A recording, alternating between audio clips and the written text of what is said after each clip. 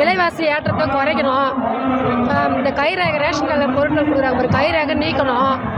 எங்களுடைய வருமானம் வந்து ரொம்ப குறைவாக இருக்குது. நாங்கள் வந்து நடுத்தர வர்க்கமாக இருக்கும்போது எங்களுடைய வருமானம் கம்மியாக இருக்குது. விலைவாசி ரொம்ப ஏற்றமாக இருக்குது. எங்களால் குடும்பம் நடத்த முடியல. அந்த வருமானத்தை வச்சு இந்த விலைவாசிலாம் கொஞ்சம் குறைச்சா நல்லா இருக்கும். ரேஷன் கார்டு கைரேகை நீக்கணும்.